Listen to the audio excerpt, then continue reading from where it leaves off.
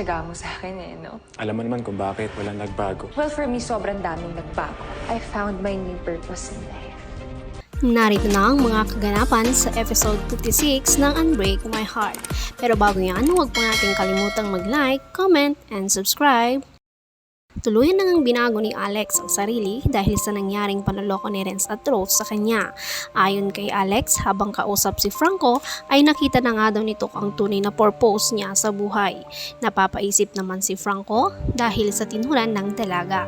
Samantala, habang namamasyal ang magkapatid na Sandra at Gwen, ay nakita nga di umano itong si Jerry at ganun din ito. Lumapit si Jerry kina Sandra at Gwen at humingi ito ng sorry. Humingi ng sorry si Jerry kay Alex, ngunit git naman ni Alex na lahat nga daw silang ayun lang ang kayang gawin, ang magsabi ng sorry. Dagdag pa ni Alex na sorry nga din daw dahil sisiguraduhin nito na lahat sila ay mararamdaman din ang nararamdaman niya ngayon. Nang namasyal naman si Dante sa bahay nila Renz ay napansin niya nito ang mga pasa ni Renz sa mukha. Tinanong ni Dante si Renz kung sino nga daw ang may gawa nun. Agad namang sagot ni Renz na ang daddy nga daw ni Alex. Giit naman ni Dante na bakit nga daw nito hinahayaan na lang ng ganon. Ngunit sagot naman ni Arens na kung pwede nga lang daw ay pinatulan niya na din ito.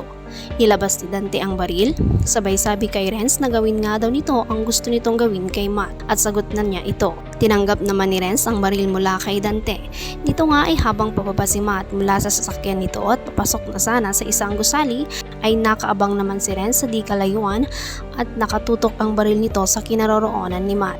Pagtutok ni Renz ng baril kay Matt ay siya namang paglingon nito sa kinaroroonan ni Renz.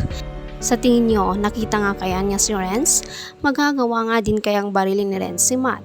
Abangan po natin ang mas umiinit na kaganapan dito lamang sa Unbreak My Heart.